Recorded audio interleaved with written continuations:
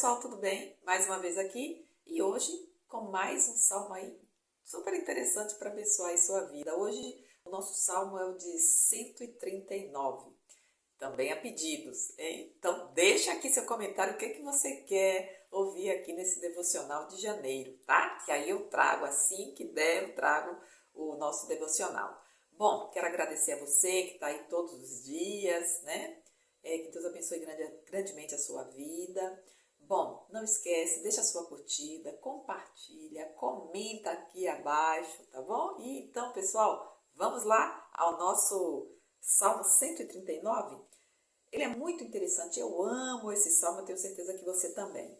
Então vamos ver o que a gente consegue destacar, né, daqui. Primeiro que esse salmo foi escrito há 3.000 anos atrás, né? O seu escritor foi Davi. Alguns críticos dizem que não foi Davi, e sim que ele foi depois do exílio e que foi escrito por Zacarias. Mas a grande maioria mesmo, né, diz que foi Davi. Inclusive, se você pegar a sua Bíblia aí, você vai ver aí Davi, né? Então, para começo de conversa, é isso aí. Esse salmo, ele é dividido em 4 partes, sendo que a primeira parte é do primeiro até o versículo 6, que tem a ver com também os atributos de Deus, e a gente vê nessa primeira parte justamente a onisciência de Deus, né? A parte de 7 a 12, a gente vai ver a onipresença de Deus. E os demais, até o 18, a gente vê a onipresença do Senhor. E aí o salmista ele começa, né, dizendo: Senhor, tu me sondas, me conheces, sabes quando me assento e quando me levanto, de longe procuras, penetras os meus pensamentos, esquadrinha o meu andar e o meu deitar e conhece todos os meus caminhos. Ainda que a palavra me não chegou à língua, e tu, Senhor, já a conheces toda. Tu me cercas por detrás e por diante, e sobre mim pões a mão. Tal conhecimento é maravilhoso demais para mim, sobremodo elevado, não posso atingir.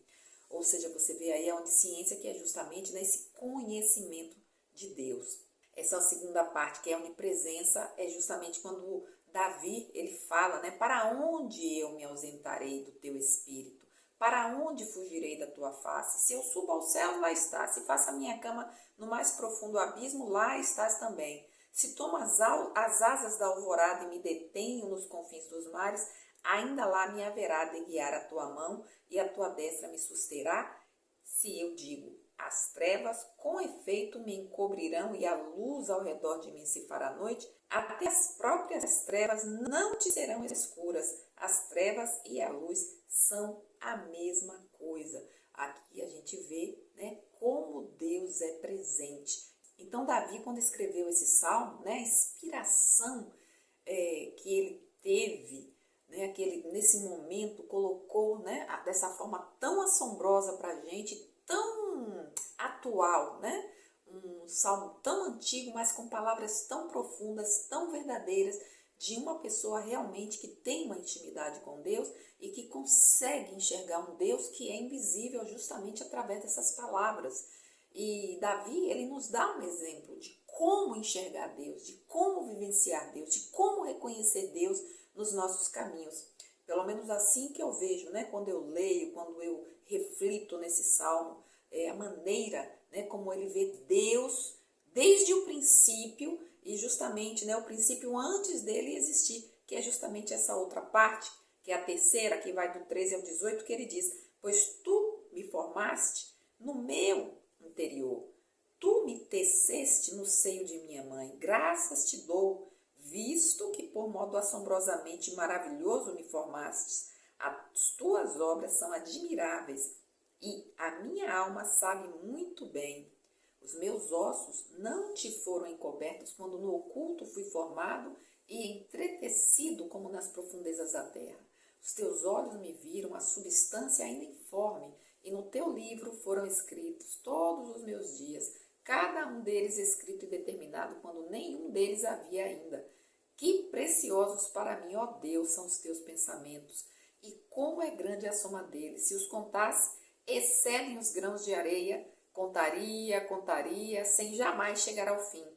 Veja que coisa maravilhosa, né? Essa última parte, né? Porque essa última parte aqui, ela vai justamente falar dessa onipotência, né, de Deus, desse poder que Deus tem. Porque esse versículo mesmo que me chama a atenção, inclusive eu quero pedir a você outra vez, né, para participar desse devocional comigo, dizendo aqui nos comentários qual o versículo que chamou mais a sua atenção, que chama a sua atenção. Então compartilhe aqui abaixo, pessoal, eu vou ficar muito feliz e com certeza outras pessoas também vão ler aí a sua resposta, né? Aquilo que Deus colocar no seu coração, porque aí abençoa a todos, tá bom? Então veja, quando Davi fala, né? Que preciosos para mim, ó Deus, são os teus pensamentos. Ou seja, ele reconhece que Deus tem ele em sua mente.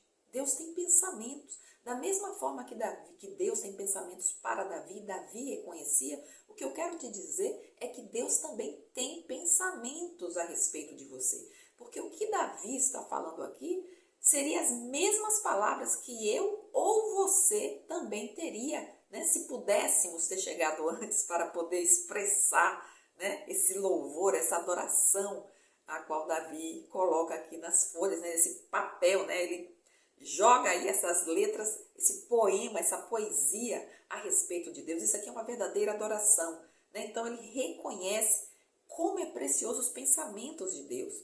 E ele ainda diz, né, se eu contasse, né, excedem os grãos de areia. Gente, quem pode contar os grãos de areia? Né? Ninguém pode contar, né? Mas os pensamentos de Deus, ele diz, né, são muitos. Ele diz, eu contaria, ficaria contando aí e não chegaria. E aí a gente lembra, né, do apóstolo Paulo, quando ele fala lá em Romanos, que tem tudo a ver, Romanos 11, do verso 33 a 36. Vamos ler? Diz assim, ó profundidade das riquezas, tanto da sabedoria como da ciência de Deus, quão insondáveis são os seus juízos e quão inescrutáveis os seus caminhos. Porque quem compreendeu a mente do Senhor? Ou quem foi seu conselheiro? Ou quem lhe deu primeiro a ele para que lhe seja recompensado? Porque dele, por ele e para ele são todas as coisas. Glória, pois, a ele na eternidade. Amém. Então veja que Paulo, né, ele basicamente repetiu aí as palavras, né, de Davi, quando ele reconhece quem entrou na mente de Deus, quem aconselhou Deus. Deus é Deus, né? Não tem outro. Deus é único, Deus é Deus. E aí então, veja que é interessante quando ele fala que Deus formou ele. Às vezes a gente pensa, né, às vezes nos nossos dramas de vida. Eu mesmo, quando eu era criança, eu me lembro que eu dizia, não, só posso ter sido adotada. Não é possível que meus pais são meus pais. Eu tinha essa crise quando era criança. Gente, me perdoe, mas a verdade é que tinha, né? Eu sempre pensava, não, eu só posso ter sido adotada. Eu não conseguia aceitar. Às vezes essas crises, né, de adolescente e tal, mas nunca consegui encontrar nada, inclusive sou a cara do meu pai. Bom, mas enfim, isso é página passada. Eu não sei se você também, né, já passou por isso, mas enfim. Às vezes a gente pensa que, né, que Deus ele não se preocupa, que Deus não tem a mão dele sobre a nossa vida, mas Deus tem aí tudo contadinho, tudo organizado, tudo aí, olha, à risca. Inclusive até os dias que a gente vai estar aqui na terra, Deus sabe, né? E Davi já disse, né? Todos os dias da minha vida estão escritos no seu livro, né? Ou seja, tem um início, gente, e vai ter um fim. E isso é propósito de Deus, é plano de Deus, ele sabe, nada foge do controle do Senhor. Então a gente precisa abraçar, né? A gente precisa aceitar pela fé que é assim que acontece. Né? É isso. Né? Agora veja que interessante que quando ele fala, né, fui formado, entretecido como nas profundezas da terra. Um livro escrito há 3.000 anos atrás. A ciência diz que as nossas células, eles têm uma ideia estimada que são 30 trilhões de células. E é interessante porque você já ouviu falar aí do código, né, genético. Então, esse código genético ele tem 2 metros e ele cabe numa pequena célula que é medida como em milímetros. Então, é algo impressionante. Esses 2 metros cabem dentro de um núcleo de uma célula que é medida em milímetros. Isso é assombroso, verdadeiramente. E Davi, ele já sabia isso. E o interessante é que os próprios cientistas, eles ficam assim, Eles não conseguem compreender, né, como que esse código genético, ele não se embaraça, né? Ele é perfeito, organizadamente, de uma forma perfeita, né? Então, quando a gente vê na ciência hoje, algo que não existia, né, há 3.000 anos atrás, quando Davi escreveu, quando Davi colocou essas palavras, então é algo verdadeiramente assombroso. Agora, por que não se embaraça? Por que é perfeitamente organizado como o universo, né? Por quê? Porque é Deus, é a onipotência de Deus, é Deus agindo aí no universo, nas nossas vidas e no nosso futuro, na nossa vida, na nossa história, né? Então, se Deus controla todas as células que existem no seu corpo, né? Como que Deus não vai controlar a história da sua vida, que tantas vezes nós ficamos tão preocupados, tão ansiosos, tão desesperados?